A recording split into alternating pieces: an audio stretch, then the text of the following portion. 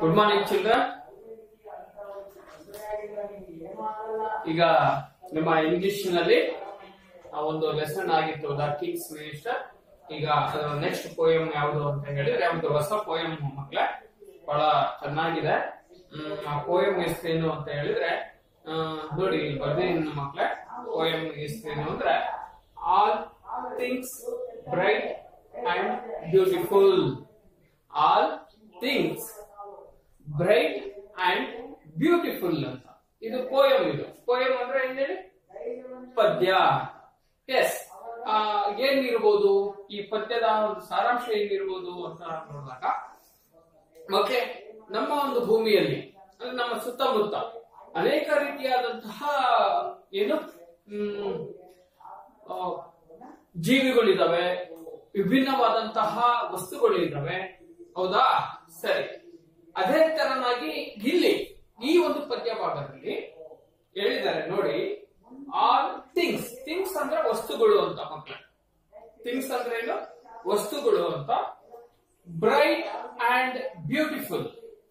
Bright ಅಂದ್ರೆ ಹೊಳೆಯುವಂತಹ, ಪ್ರಕಾಶಮಾನವಾದಂತಹ ಅಂತ ಬರುತ್ತೆ ಅರ್ಥ. ಇನ್ನ ಬ್ಯೂಟಿಫುಲ್ ಅಂತ ಹೇಳಿದ್ರೆ ಸುಂದರವಾಗಿರುವಂತಹ, ಚಂದವಾಗಿರುವಂತಹ, ಇದೆಲ್ಲ ಅರ್ಥ ಬರುತ್ತೆ. ಹೌದಲ್ವಾ ಮಕ್ಕಳ? ಹೌದಾಯ್ತಾ? ಎಸ್, ಇದು ಪದ್ಯ ಭಾಗ. ನಾನು ಆಗ್ಲೇ ಹೇಳ್ತಾ ಇದ್ದೆ, ನಮ್ಮ ಸುತ್ತಮುತ್ತ ಅನೇಕ ರೀತಿಯಾದಂತಹ, ಅನೇಕ ತೆರನಾದಂತಹ, ಹೊಳೆಯುವಂತಹ, ಪ್ರಕಾಶಮಾನವಾದಂತಹ, ನೋಡಲು ಸುಂದರವಾಗಿರುವಂತಹ, ಬಹು ಚಂದವಾಗಿರುವಂತಹ ವಸ್ತುಗಳು ಅನೇಕ ಇದಾವೆ.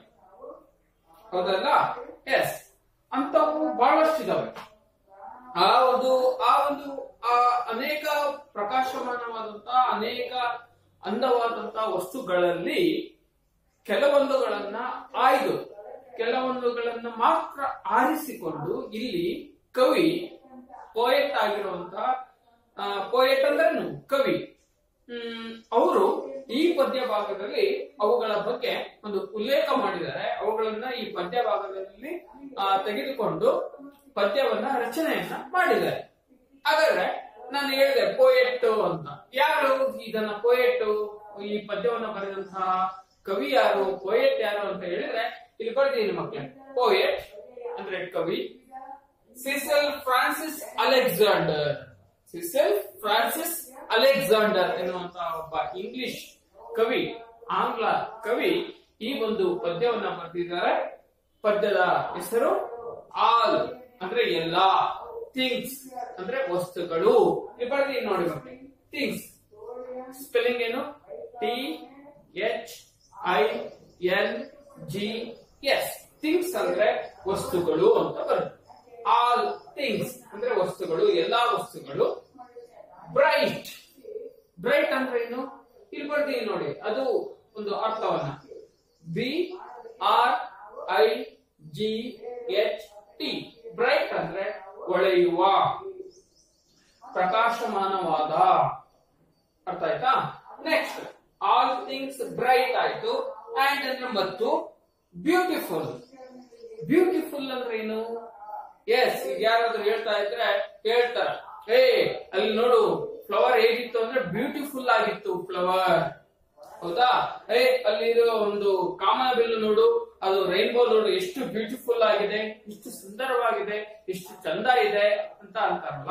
ಆಮೇಲೆ ಇನ್ನೊಂದು ನೋಡು, ಅಲ್ಲೊಬ್ಬ ಹುಡುಗ ಇದ್ದ, ಎಷ್ಟು ಚೆನ್ನಾಗಿದ್ದ ಅವನು. ಆಮೇಲೆ ಅಲ್ಲಿರುವಂತ ಒಂದು ತೋಟ ಎಷ್ಟು ಚೆನ್ನಾಗಿತ್ತು, ಸುಂದರವಾಗಿತ್ತು. ಇವೆಲ್ಲ ಅರ್ಥ ಬರುತ್ತಲ್ಲ. ಇಲ್ಲಿ ಬ್ಯೂಟಿಫುಲ್ ಅಂದ್ರೆ ಸುಂದರ. ಬರ್ದಿ ನೋಡಿ, ಸ್ಪೆಲ್ಲಿಂಗ್ ನೋಡಿ. BEAUTIFUL. ಬ್ಯೂಟಿಫುಲ್ ಅಂದ್ರೆ ಸುಂದರ, ಅಂದವಾಗಿರುವ. ಅರ್ಥ ಆಯ್ತಾ? ಈ ಬ್ಯೂಟಿಫುಲ್ ವಿರುದ್ಧ ಪದ. ಈಗ ಬ್ಯೂಟಿಫುಲ್ ಗೆ ನಾವು ಸುಂದರ ಅಂತ ಕರೆದ್ವಿ, ಬಹಳ ಅಂದವಾದ ಅಂತ ಕರೆದ್ವಿ. ಇದರ ವಿರುದ್ಧ ಪದ, ಆಪೋಸಿಟ್ ವರ್ಡ್ ಆಫ್ ಯಾವುದು ಬ್ಯೂಟಿಫುಲ್ ಅಂದ್ರೆ ಅಗ್ಲಿ. ಬ್ಯೂಟಿಫುಲ್ ನ ವಿರುದ್ಧ ಪದ ಯಾವುದು ಅಂತ ಹೇಳಿದ್ರೆ ಅಗ್ಲಿ. ಬರ್ತೀನಿ ನೋಡಿ ಸ್ಪೆಲ್ಲಿಂಗ್.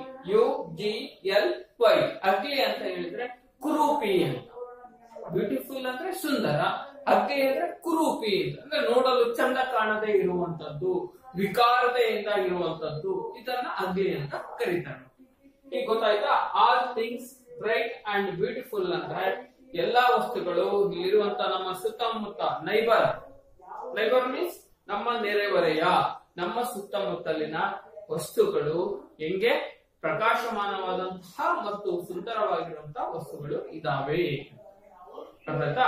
ಇಲ್ಲಿ ಪೋಯೆಟ್ ಆಗಿರುವಂತಹ ಸೆಸಿಲ್ ಫ್ರಾನ್ಸಿಸ್ ಅಲೆಕ್ಸಾಂಡರ್ ಎನ್ನುವಂತಹ ಒಬ್ಬ ಆಂಗ್ಲ ಕವಿ, ಒಬ್ಬ ಇಂಗ್ಲಿಷ್ ಕವಿ ಈ ಪದ್ಯವನ್ನ ಬರೆದಿದ್ದಾರೆ. ಮೊದಲನೇದಾಗಿ ಒಂದು ಓದ್ತೀನಿ, ನೋಡ್ಕೊಂಡ್ರೆ. All things bright and beautiful, all creatures great and small, all things wise and wonderful, the Lord God made them all. Each little flower that opens, each little bird that sings, He made their glowing colors, He made their teeny wings.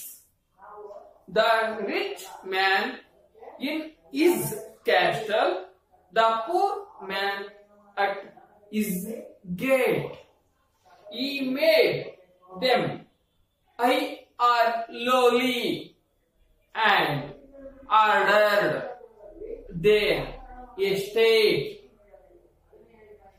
The purple-headed mountains, the river running by, the sunset and the morning, that brightness of the sky,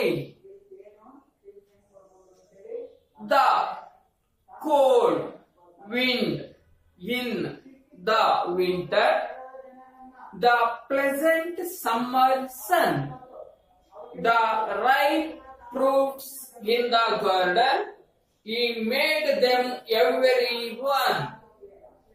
The tall trees in the green wood, the meadows where we play, the rushes by the water to gather every day. He gave us eyes to see them and lips that we might tell. How great is God ultimately, who has made all things well. Poet Cecil Francis Alexander.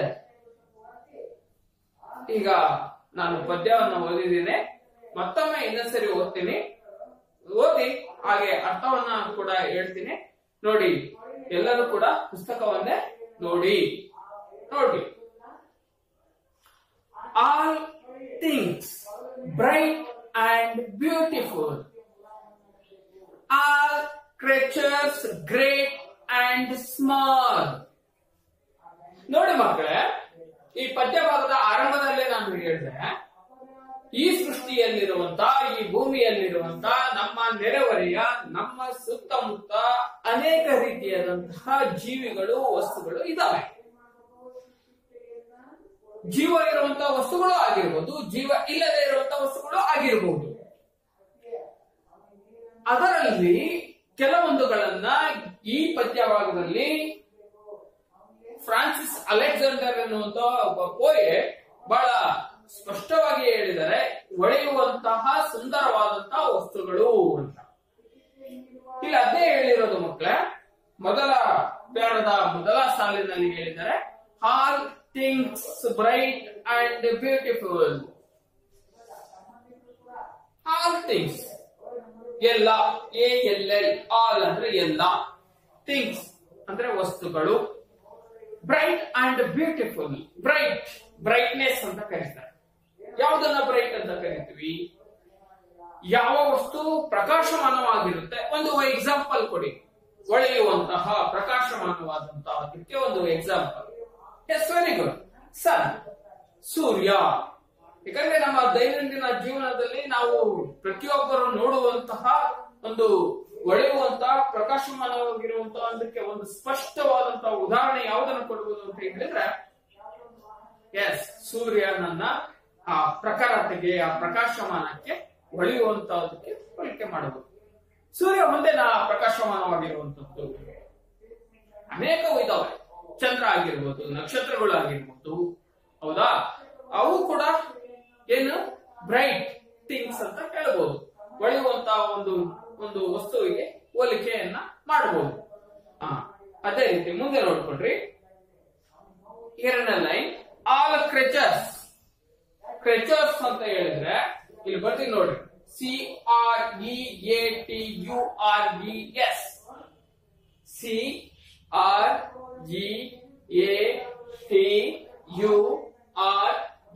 CREATURES. ಕ್ರೆಚರ್ಸ್ ಅಂತ ಹೇಳಿದ್ರೆ ಜೀವಿಗಳು ಅಂತ ಆಗುತ್ತೆ. ಕ್ರೆಚರ್ಸ್ ಅಂದ್ರೆ ಜೀವಿಗಳು ಅಂತ ಆಗುತ್ತೆ. ಇಲ್ಲಿ ಆಲ್ ಕ್ರೆಚರ್ಸ್ ಅಂತ ಹೇಳಿದ್ದಾರೆ, ಎಲ್ಲ ಜೀವಿಗಳು. ಮೊದಲನೇನು ಎಲ್ಲ ವಸ್ತುಗಳು ಅಂತ ಆಯ್ತು, ಆಲ್ ಥಿಂಗ್ಸ್ ಅಂದಾಗ ಎಲ್ಲ ವಸ್ತುಗಳು. ಇದು ಎರಡನೇ ಲೈನಲ್ಲಿ ಆಲ್ ಕ್ರೆಚರ್ಸ್ ಅಂದಾಗ ಎಲ್ಲಾ ಜೀವಿಗಳು. Great and small. ಗ್ರೇಟ್ ಅಂದ್ರೆ GREAT, ಗ್ರೇಟ್ ಅಂದ್ರೆ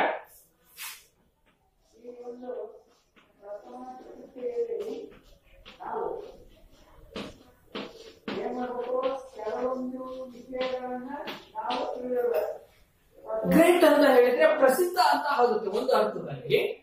ಇಲ್ಲಿ ಏನ್ ಪ್ರಸಿದ್ಧ, ಇಲ್ಲಿ ಪ್ರಸಿದ್ಧ ಅಂತ ಆಗೋದಿಲ್ಲ. ಆಲ್ ಕ್ರೆಚರ್ಸ್ ಗ್ರೇಟ್ ಅಂಡ್ ಸ್ಮಾಲ್ ಅಂತ ಅಂದಾಗ ಇಲ್ಲಿ ಕೆಲವೊಂದು ಜೀವಿಗಳು ದೊಡ್ಡವೂ ಇರಬಹುದು ಅಥವಾ ಚಿಕ್ಕವೂ ಇರಬಹುದು. ಇಲ್ಲಿ ಹೇಳಿದ್ದಾರೆ ಗ್ರೇಟ್ ಅಂಡ್ ಸ್ಮಾಲ್, ದೊಡ್ಡವೂ ಇರಬಹುದು ಚಿಕ್ಕವೂ ಇರಬಹುದು. ಅರ್ಥ ಆಯ್ತಾ? ಮುಂದೆ ನೋಡಿ, ಆಲ್ ಥಿಂಗ್ಸ್ ಎಲ್ಲ ವಸ್ತುಗಳು, ವೈಸ್ ಅಂಡ್ ವಂಡರ್ಫುಲ್. ವೈಸ್ ಅಂದ್ರೆ ಏನು ಇಲ್ಲಿ ಬರ್ತೀನಿ ನೋಡಿ, WISE. ವೈಸ್ ಅಂದ್ರೆ ಬುದ್ಧಿವಂತ, ವಿವೇಕಶಾಲಿ. Wise WISE.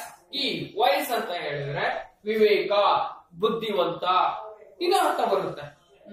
ಚಾಣಾಕ್ಷ, ಜ್ಞಾನಿ ಉಳ್ಳವ, ಇವೆಲ್ಲ ಅರ್ಥವನ್ನು ಕೊಡಬಹುದು. ಜ್ಞಾನವಂತ, ಬುದ್ಧಿವಂತ, ಚಾಣಾಕ್ಷಶಾಲಿ, ಇವೆಲ್ಲ ಅರ್ಥವನ್ನ ವಿವೇಕ ಉಳ್ಳವ, ವೈಸ್ ಮ್ಯಾನ್ ಅಂತ ಕರೀತಾರೆ. ಹೌದಾ? ಎಸ್. ಇಲ್ಲಿ ಹೇಳಿದರೆ all things wise and wonderful.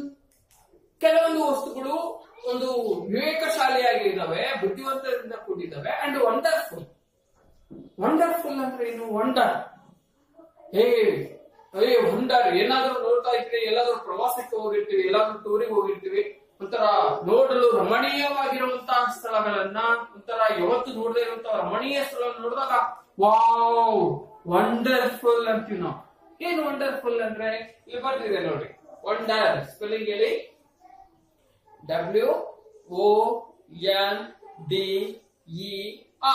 Wonder ಅಂತ ಹೇಳಿದ್ರೆ ಅದ್ಭುತ, ಅದ್ಭುತವಾಗಿರುವಂತದ್ದು. ಯಾವುದನ್ನ ಅದ್ಭುತ ಅಂತ ಕರಿತೀವಿ ನಾವು? ಸಾಮಾನ್ಯವಾಗಿ ಪುಸ್ತಕವನ್ನು ನೋಡಿದ್ರೆ ಅದ್ಭುತ ಅಂತ ಹೇಳೋಕ್ಕಾಗಿಲ್ಲ, ಚಾಪಿಕ್ಸ್ ಅನ್ನ ನೋಡಿದ್ರೆ ಅದ್ಭುತ ಅಂತ ಹೇಳೋಕ್ಕಾಗಿಲ್ಲ.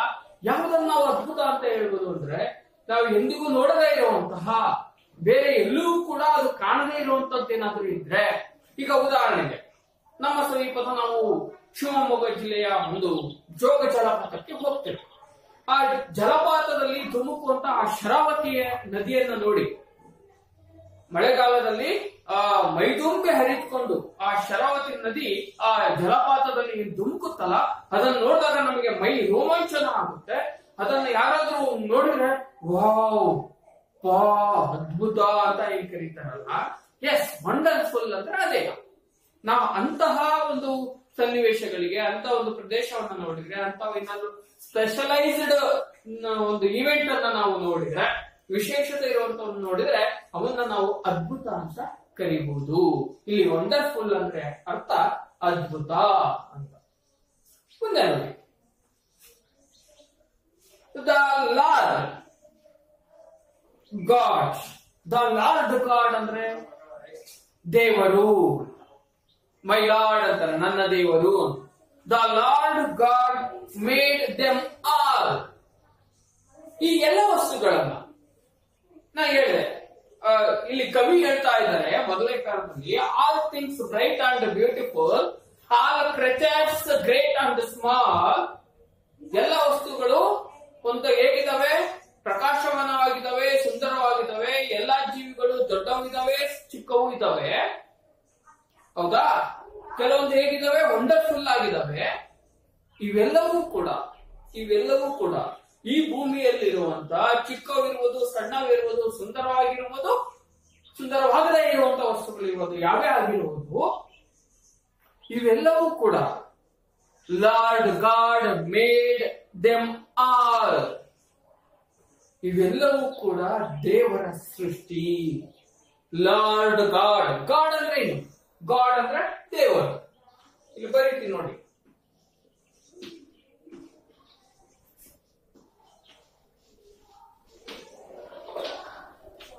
ಗಾಡ್ ಅಂದ್ರೆ ದೇವರು.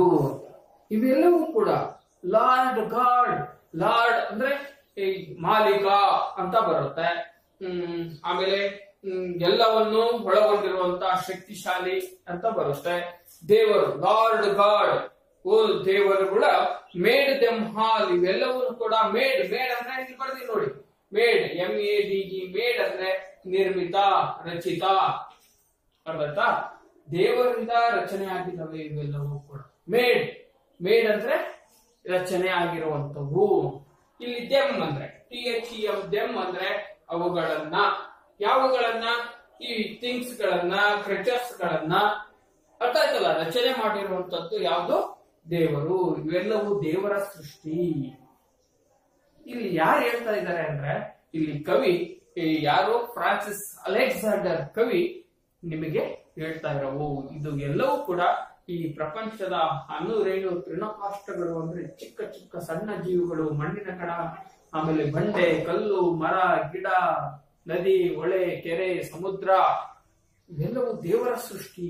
ಪ್ರಕೃತಿ ಒಂದು ನಿಗೂಢವಾದಂತಹ ಶಕ್ತಿ ಇರುವಂತಹ ಒಂದು ಪ್ರಕೃತಿ, ಆ ಗಾಡ್, ಆ ದೇವರಿಂದ ರಚನೆ ಆಗಿರುವಂತದ್ದು ಅಂತ ಕವಿ ತಮ್ಮ ಮೊದಲನೇ ಪ್ಯಾರಾದಲ್ಲಿ ಹೇಳಿದ್ದಾರೆ. ಈಗ ಎರಡನೇ ಪ್ಯಾರವನ್ನು ನೋಡ್ಕೊಳ್ಳಿ.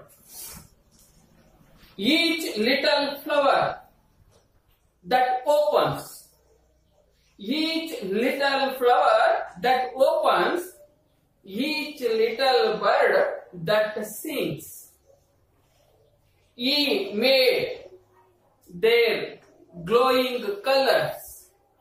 He made their glowing colors. He made their teeny wings. Wings. ನೋಡಿ ಇದರ ಅರ್ಥ. ಈಚ್ ಲಿಟಲ್ ಫ್ಲವರ್, ಈಚ್ ಒಂದೊಂದು, ಲಿಟಲ್ ಚಿಕ್ಕ ಚಿಕ್ಕ, ಲಿಟಲ್ ಅಂದ್ರೆ ಚಿಕ್ಕ ಚಿಕ್ಕ, LITT ಅಲ್ಲಿ ಲಿಟಲ್ ಅಂತ ಹೇಳಿದ್ರೆ ಚಿಕ್ಕ ಚಿಕ್ಕ.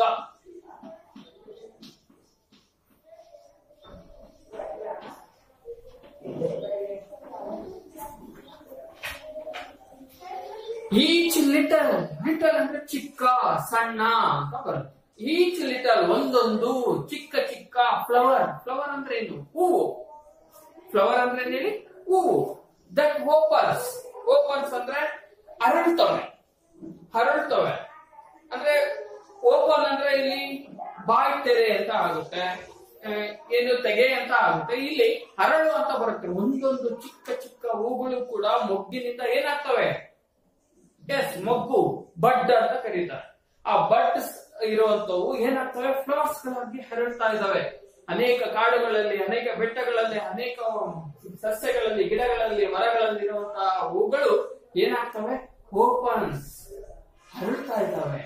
ಎರಡನೇ, each little bird, each little bird ಒಂದೊಂದು ಚಿಕ್ಕ ಚಿಕ್ಕ ಪಕ್ಷಿಯು ಕೂಡ. ಬರ್ಡ್ ಅಂದ್ರೆ ಏನು? ಪಕ್ಷಿ. ಬರ್ಡ್ ಅಂದ್ರೆ ಪಕ್ಷಿ.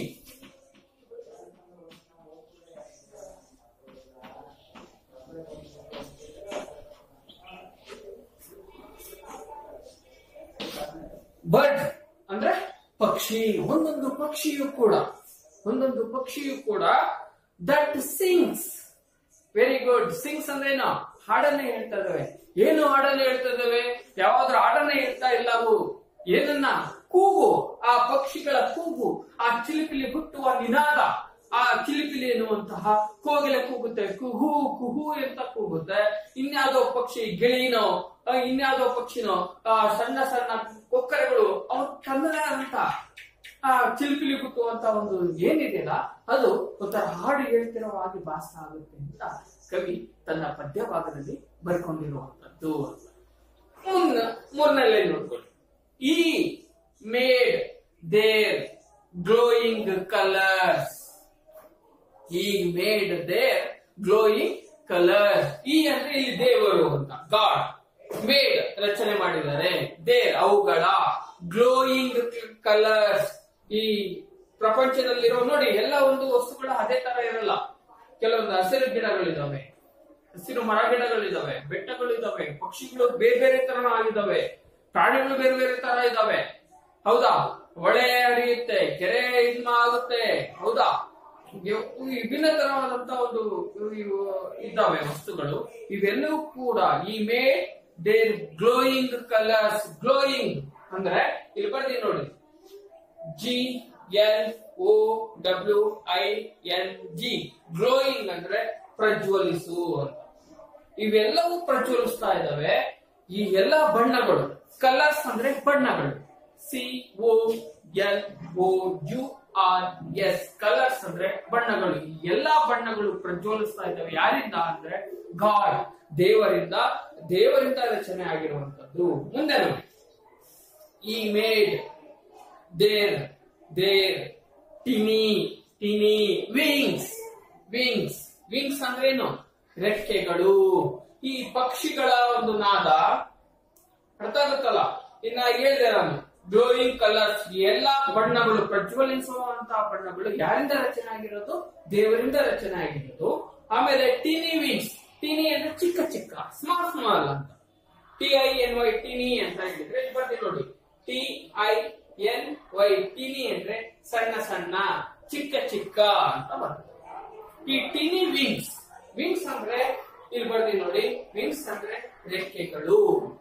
WINGS. ವಿಂಗ್ಸ್ ಅಂದ್ರೆ ರೆಕ್ಕೆಗಳು. ಟಿನಿ ವಿಂಗ್ಸ್ ಅಂದ್ರೆ ಸಣ್ಣ ರೆಕ್ಕೆಗಳು, ಸಣ್ಣ ರೆಕ್ಕೆಗಳು, ಚಿಕ್ಕ ಚಿಕ್ಕ ರೆಕ್ಕೆಗಳು ಅಂತ ಬರುತ್ತೆ.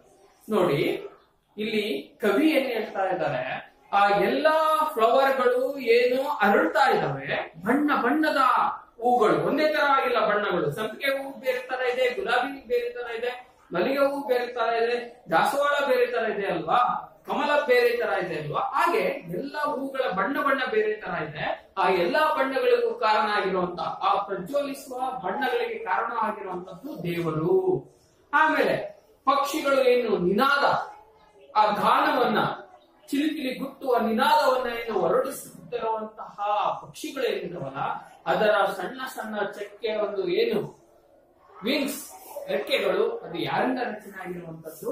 ದೇವರಿಂದ ಅಂತ ಇಲ್ಲಿ ಕವಿ ಯಾರು, ಫ್ರಾನ್ಸಿಸ್ ಅಲೆಕ್ಸಾಂಡರ್ ತನ್ನ ಪದ್ಯ ಭಾಗದಲ್ಲಿ, ಯಾವುದು ಪದ್ಯ?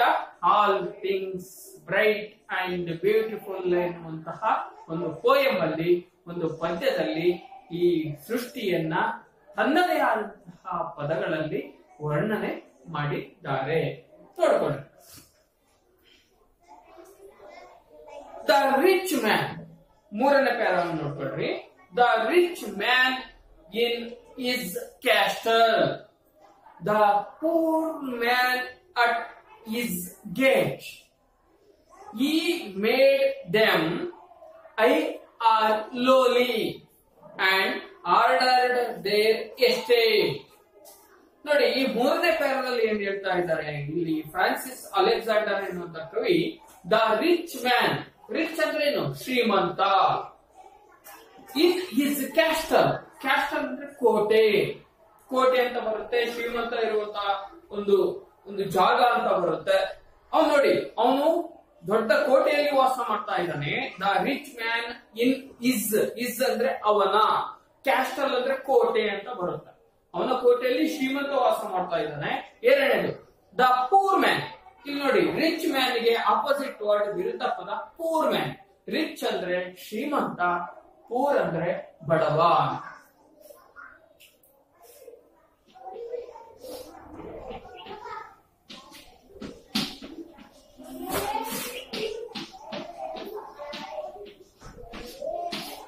ನೋಡಿ ಇಲ್ಲಿ ರಿಚ್ ಗೆ ಅಪೋಸಿಟ್ ವರ್ಡ್ ಪೂರ್. ರಿಚ್ ಅಂದ್ರೆ ಶ್ರೀಮಂತ, ಪೂರ್ ಅಂದ್ರೆ ಬಡವ. The poor man at his gate. ನೋಡಿ ಆ ಶ್ರೀಮಂತ ದೊಡ್ಡ ಕೋಟೆಗಳಲ್ಲಿ, ಕೋಟೆ ಕತ್ತಲಗಳಲ್ಲಿ ವಾಸ ಮಾಡ್ತಾ ಇದ್ದಾನೆ. ಬಡವ ಆತನ ದ್ವಾರ ಬಾಗಿಲು, ಆ ಶ್ರೀಮಂತನ ಕೋಟೆಯ ದ್ವಾರ ಬಾಗಿಲಲ್ಲಿ ವಾಸ ಮಾಡ್ತಾ ಇದ್ದಾನೆ. ಗೇಟ್ ಅಂದ್ರೇನು? ಬಾಗಿಲು. ನೆಕ್ಸ್ಟ್ ನೋಡಿ, ಈ made them I R ಲೋಲಿ. He made, ಇಲ್ಲಿ ಈ ಅಂದ್ರೆ ಯಾರು ಅಂದ್ರೆ ಗಾಡ್, ದೇವರು. ಮೇಡ್ ರಚನೆ ಮಾಡಿದ್ದಾನೆ, ರೂಪಿಸಿದ್ದಾನೆ, ನಿರ್ಮಿಸಿದ್ದಾನೆ. ದೆಮ್ ಅವುಗಳನ್ನ, ಐ ಆರ್ ಲೋಲಿ. ಐ ಅಂದ್ರೆ ಉನ್ನತವಾದಂತಹ ಅಂತ. ಐ ಅಂದ್ರೇನು? ಉನ್ನತವಾದ, HIGH, ಉನ್ನತ ಸ್ಥಾನದಲ್ಲಿ ನಿರ್ಮಾಣ ಮಾಡಿದ್ದಾನೆ. ಇದರ ಐ ವಿರುದ್ಧ ಪದ ಲೋ. ಐ ಅಂದ್ರೆ ಉನ್ನತ, ಲೋ ಅಂದ್ರೆ ಕೀಳಾಗಿ ಅಂತ.